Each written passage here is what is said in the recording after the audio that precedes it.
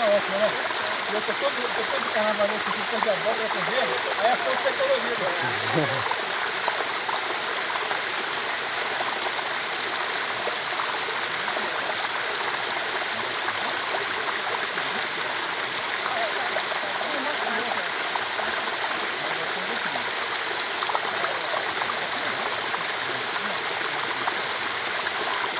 Ô Saulo, tu deu nome pra essa cachoeira aí? Aqui tem nome, é Cachoeira do Cipó. Cachoeira. Trilha do Cipó. Trilha do Cipó. E a cachoeira? Tá na hora de batizar, hein? Então, a gente tá querendo botar um nome nele aí. É?